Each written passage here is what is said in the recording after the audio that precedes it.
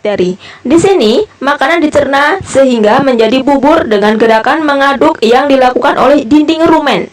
Pada saat sapi beristirahat, maka makanan kembali ke mulut dan dikunyah kembali. Setelah dikunyah untuk yang kedua kalinya, makanan masuk ke retikulum atau perut jala.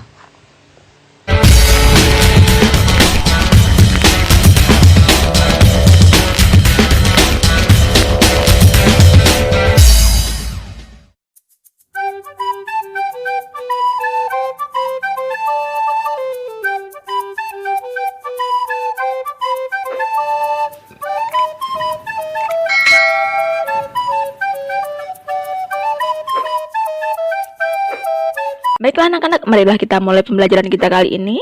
Pembelajaran kali ini adalah bagaimana sistem pencernaan makanan pada hewan ruminansia.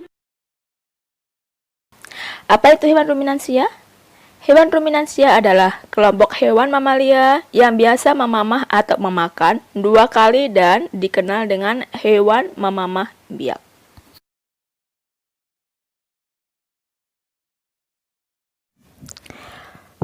Contoh hewan ruminansia diantaranya adalah sapi, kerbau, rusa, domba, kambing, dan kijang. Sistem pencernaan hewan ruminansia lebih kompleks dibandingkan dengan pencernaan hewan lainnya. Pada hewan ruminansia terdapat 4 bagian lambung dengan fungsi-fungsi yang sangat spesifik. Selain itu, pencernaan makanan pada hewan ruminansia dibantu oleh beberapa mikrob atau bakteri dan protozoa. Mikrob tersebut dapat membantu mencerna rumput. Oke anak-anak, kita lanjut. Sekarang adalah tentang mekanisme pencernaan makanan pada hewan ruminansia. Salah satu contoh hewan ruminansia adalah sapi. Makanan seperti rumput yang pertama masuk ke dalam mulut sapi.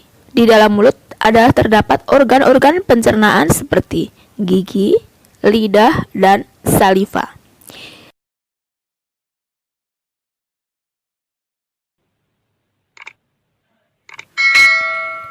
Gigi sapi tersusun dari gigi seri yang berfungsi untuk memotong makanan dan gigi geraham untuk mengunyah makanan. Alat pencernaan pada sapi selanjutnya yaitu lidah. Lidah sapi berguna untuk merenggut rumput atau makanan dan mendorong makanan yang sudah dikunyah menuju ke lambung. Kemudian berikutnya yaitu saliva. Saliva merupakan cairan atau enzim khusus yang dihasilkan oleh kelenjar khusus pada sapi yang kemudian disalurkan ke dalam rongga mulut. Saliva di sini berperan dalam proses pencernaan kimiawi. Lambung sapi berbeda dengan lambung manusia. Ukurannya jauh lebih besar. Lambung sapi merupakan organ pencernaan yang sangat penting bagi sapi. Lambung sapi terdiri atas 4 bagian, yaitu rumen, retikulum, omasum, dan obamasum. Baiklah anak-anak, yuk kita saatnya belajar tentang lambung sapi. Lambung sapi terdiri atas 4 bagian, yaitu rumen, omasum, abomasum, dan retikulum. Berikut adalah bagian-bagian dari lambung sapi. 1. Rumen atau perut besar.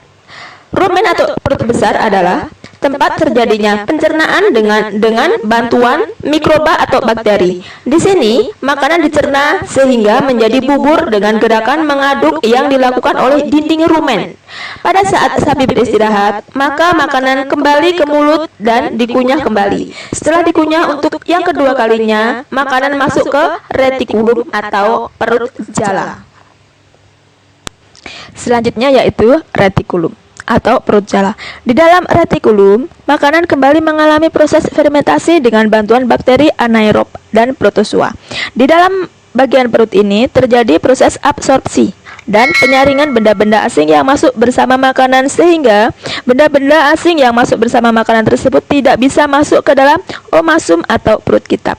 Omasum atau perut kitab. Di dalam omasum, makanan dicerna dengan bantuan enzim pencernaan. Selanjutnya yaitu retikulum atau perut jala. Di dalam retikulum, makanan kembali mengalami proses fermentasi dengan bantuan bakteri anaerob dan protozoa. Di dalam bagian perut ini terjadi proses absorpsi dan penyaringan benda-benda asing yang masuk bersama makanan, sehingga benda-benda asing yang masuk bersama makanan tersebut tidak bisa masuk ke dalam omasum atau perut kitab. Omasum atau perut kitab. Di dalam omasum, makanan dicerna dengan bantuan enzim pencernaan. Dan selanjutnya, makanan masuk ke abomasum. Kemudian abomasum atau perut masam. Perut bagian inilah yang sebenarnya disebut dengan lambung. Di sini makanan dicerna dengan bantuan enzim pencernaan pepsin yang dihasilkan oleh abomasum. Baiklah anak-anak, demikianlah tadi pembelajaran kali ini tentang bagaimana sistem pencernaan makanan pada hewan ruminansia. Semoga ilmu yang kita pelajari hari ini menjadi ilmu yang bermanfaat. Dadah, wassalamualaikum warahmatullahi wabarakatuh.